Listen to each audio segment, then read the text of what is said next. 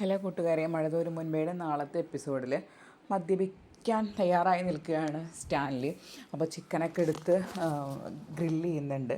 അങ്ങനെ അച്ഛനും മകനും, അതായത് ഔതക്കുട്ടിച്ചായനും സ്റ്റാൻലിയും കൂടി മദ്യപിക്കാൻ വേണ്ടി തയ്യാറാകണം. അപ്പോൾ ഔതക്കുട്ടിച്ചായൻ പറയുമ്പോൾ എനിക്ക് മദ്യം വേണ്ട എന്ന് പറയുകയാണ്. പിന്നെ നീ ഇങ്ങനെ മദ്യപിച്ചിട്ട് നടക്കരുത്, കാരണം ഇവിടെ ഒരു പെൺകുട്ടി ഉള്ളതാണ്, തോന്നിയതുപോലെ നടക്കരുത്, കുറച്ചും കൂടി അടുക്കും ചിട്ടയൊക്കെ ആവണം എന്ന് പറയുകയാണ്.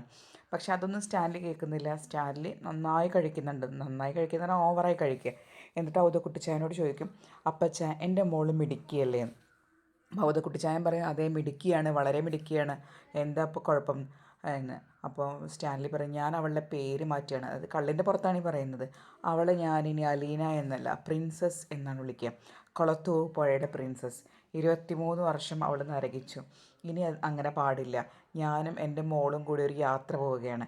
ആ യാത്ര പോയി തിരിച്ചു വന്നു കഴിഞ്ഞാൽ ഞാൻ എൻ്റെ പ്രിൻസസിൻ്റെ കല്യാണം നടത്തും.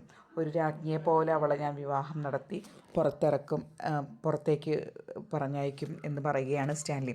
അപ്പോൾ ഇതെല്ലാം കേട്ടിട്ടാണ് അലീന കിടക്കുന്നത്. അപ്പോൾ അലീനയ്ക്കാണെങ്കിൽ നല്ല വിഷമമുണ്ട്. പപ്പയ്ക്ക് തന്നോടുള്ള സ്നേഹമൊക്കെ അലീനയ്ക്ക് മനസ്സിലായിട്ടുണ്ട്. പക്ഷേ ഈ പപ്പയുടെ അമിതമായ മദ്യപാനവും ഈ താളം തെറ്റിയ ജീവിതവും ആണ് അവളെ വിഷമിപ്പിക്കുന്നത്.